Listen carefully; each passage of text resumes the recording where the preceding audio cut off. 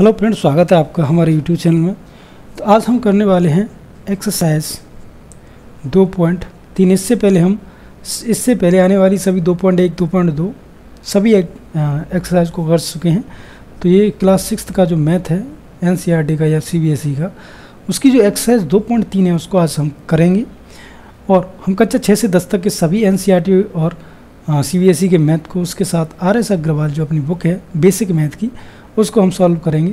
तो अगर आप चैनल पर नए हैं तो चैनल से जुड़ सकते हैं, वीडियो को लाइक कर सकते हैं, चैनल को सब्सक्राइब कर सकते हैं, जिससे कि आप अगले हमारे वीडियो का नोटिफिकेशन प्राप्त कर सकें। तो स्टार्ट करते हैं। देखिएगा क्वेश्चन नंबर फर्स्ट से एक्सरसाइज 2.3।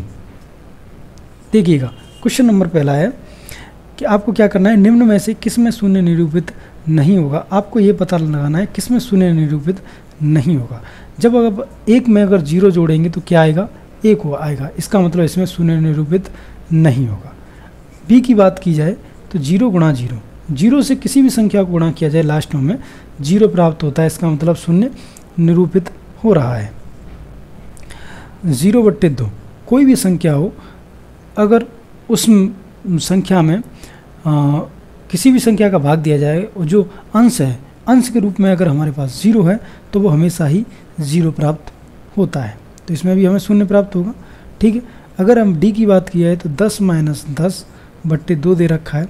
इसमें से इसको घटाएंगे तो 0 प्राप्त हो रहा है और 2 में इसमें भाग देंगे तो ये सेम वही ऊपर वाली संख्या आ गई, यानी इसमें भी 0 प्राप्त हो रहा है। लेकिन वो कह रहा है कि किस में 0 प्राप्त नहीं हो रहा है, तो केवल ऑप्शन 1 है जिसमें कि 0 प्राप्त नहीं हो रहा है इस पूरी संक्रिया को करने के बाद। तो ऑप्शन नंबर ए इसका अपना आंसर हो जाएगा। सिर्फ आपको ये पता करना था कि इनमें जो संक्रिया करने के बाद 0 किस में प्राप्त हो रहा है और 0 किस में प्राप्त नहीं हो रहा है।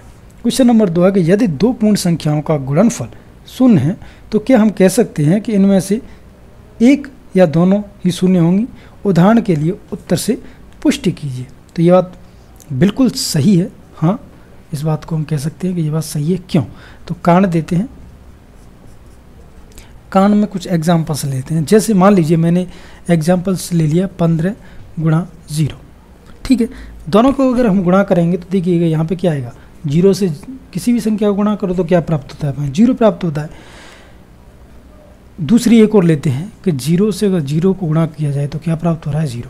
यानी यहाँ पे आप कोई भी संख्या रख लो, अगर उसका 0 से गुणा करते हैं तो हमेशा ही 0 प्राप्त होगा। और अगर दोनों ही संख्या 0 हैं तो उनका तो गुणा 0 आना ही है। तो सीधी बात है जो इस क्वेश्चन में वो कह रहा है कि 2 पूर्ण संख्याओं का अगर हम गुणनफल करते हैं। देखिए ये भी पूर्ण संख्या है, ये भी पूर्ण संख्या है।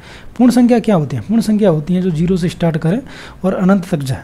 ठीक है। तो ये भी पूर्ण संख्या, ये भी पूर्ण संख्या, ये भी पूर्ण संख्या और ये भी पूर्ण संख्या। सीधी बात है। या तो अगर 2 पूर्ण संख्याओं का आप गुणा कर रहे हैं उसमें या तो एक 0 होनी चाहिए या दोनों ही 0 होनी चाहिए। अगर ऐसा संभव हुआ तो उनका जो प्रोडक्ट है या उनका गुणनफल है वो हमेशा ही 0 प्राप्त होगा। सिर्फ ये बात थी, उसके उत्तर की हमने पुष्टि कारण दे के कर दी। तो यही बात थी जो कि वो कहना चाह रहा था। तो बिल्कुल ये बात सत्य है।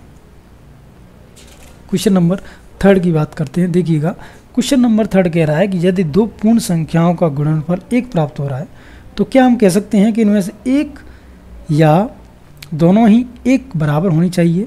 उदाहरण देकर अपने उत्तर की पुष्टि कीजिए। सेम वही है जो कि हमने उदाहरण दिया था इससे पहले। तो देखिएगा बिल्कुल होनी चाहिए। ठीक है। तो कैसे होनी चाहिए, देखिएगा अपन कारण देते हैं।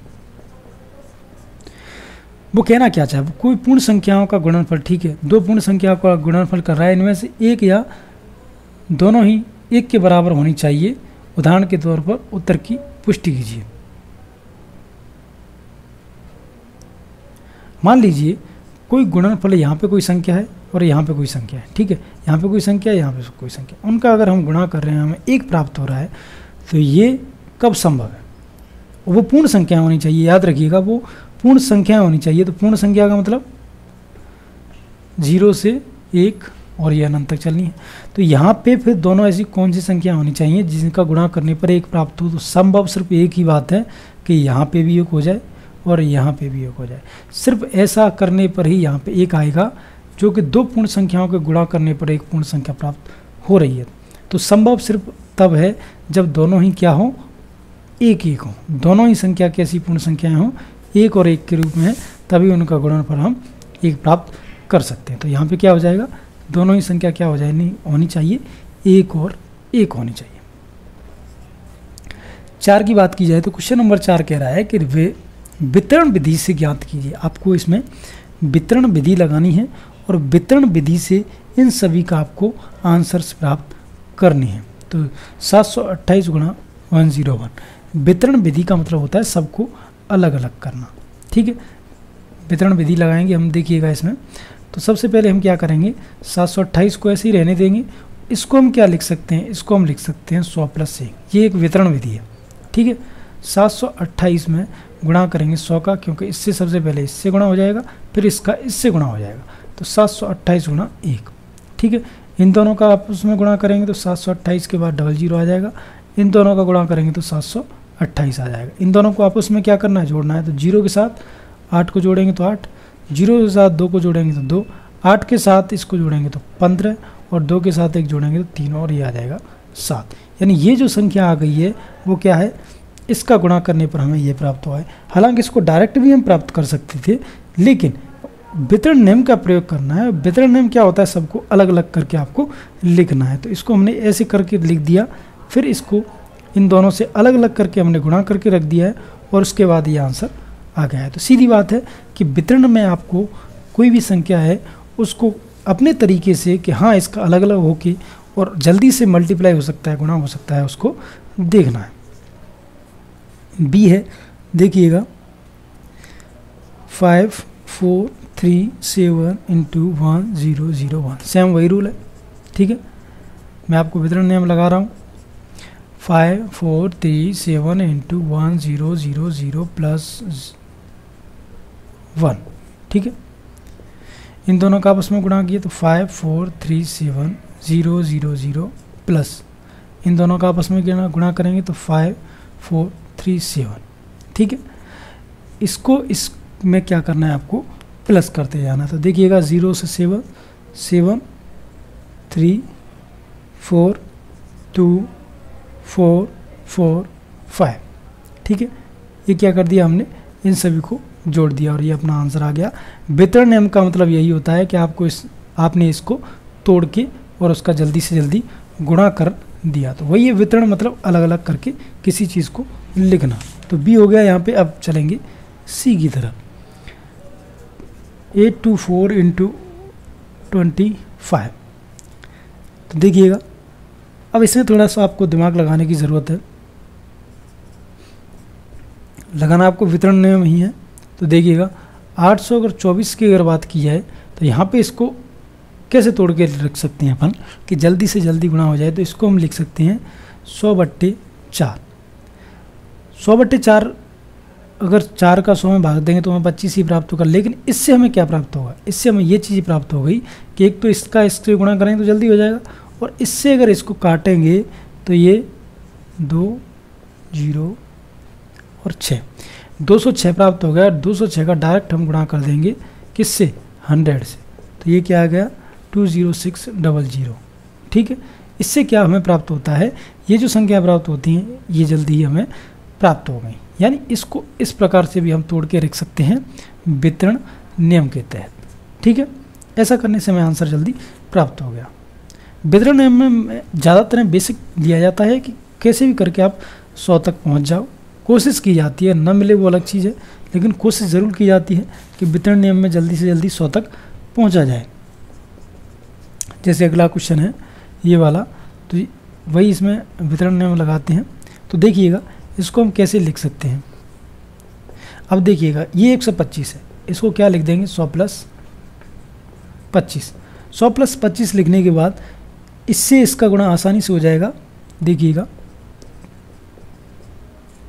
0 प्लस इसका इससे करेंगे तो 4275 गुणा 25। अब देखिएगा ये दोनों अलग हो गई। अब ये अगर दोनों अलग हो गई हैं तो अब क्या करना है, इन दोनों का आपस में हमको गुणा करना है। देखिएगा इसका तो हमें पता ही है, बस इसका अपन को गुणा करके रख देना है। क्योंकि देखिए अगर आप इसको 100/4 करोगे तो 4 से ये कट नहीं रहा है, तो उससे करने से कोई फ़ायदा नहीं होने वाला है। तो क्या करेंगे डायरेक्ट ही, हाँ इतना कर सकते हो कि इसमें द्वारा से वितरण नियम लगा के इसको 20 + 5 आप रख दो, या फिर आप यहाँ पे भी इसको गुणा कर सकते हो। तो देखिएगा इसका गुणा करते हैं, तो देखिएगा इसका जब हम गुणा करेंगे तो ये हमें प्राप्त होगा, देखिएगा 5 7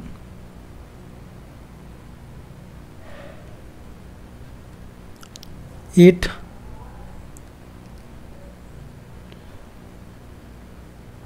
106। ठीक है, इन दोनों को क्या करेंगे अपन प्लस कर देंगे, तो 0 5 5 0 7 7, ये हो जाएगा 3 4 3 5। तो ये हमारा क्या प्राप्त होगी, ये हमें संख्या प्राप्त होगी। यानी इसको हमने क्या किया, इस प्रकार से इसको तोड़ दिया, यानी इसका वितरण कर दिया। यहाँ पे मैंने आपको बताया, यहाँ पे आप और भी तोड़ सकते थे, लेकिन आप गुणा भी कर सकते हो। तो यहाँ पे हमने इस वितरण नियम का प्रयोग करके डी तक क्वेश्चनों को सॉल्व कर लिया है।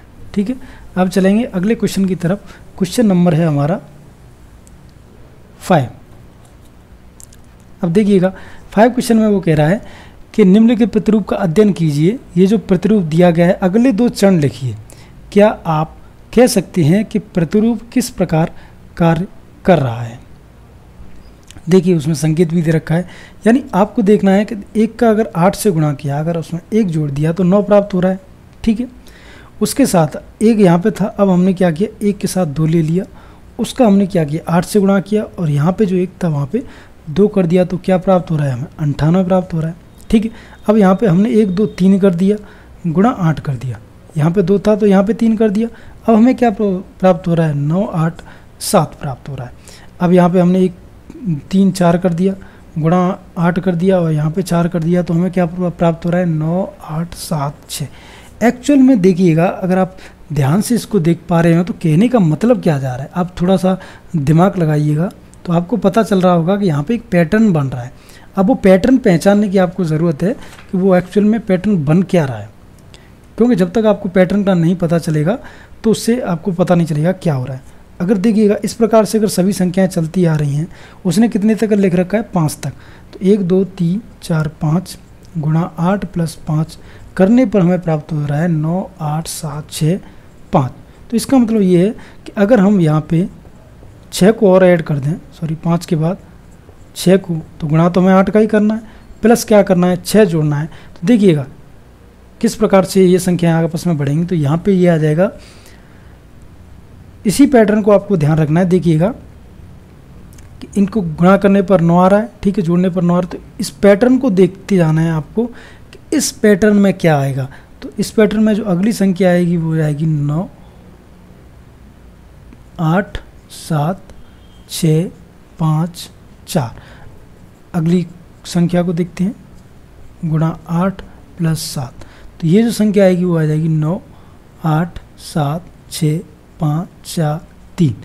यानी आपको अगर पता चल रहा होगा तो यहाँ से देखिएगा, ये संख्याएं जैसे 9 है उसके साथ 8 आ रही है, उसके साथ 6 आ रही है, उसके साथ 5 आ रही है, उसके साथ 4 आ रही है, और उसके साथ 3 आ रही है। मतलब ये पैटर्न क्या है, एक घट रहा है। ये पैटर्न है वो कैसा है, इस प्रकार से बढ़ रहा है।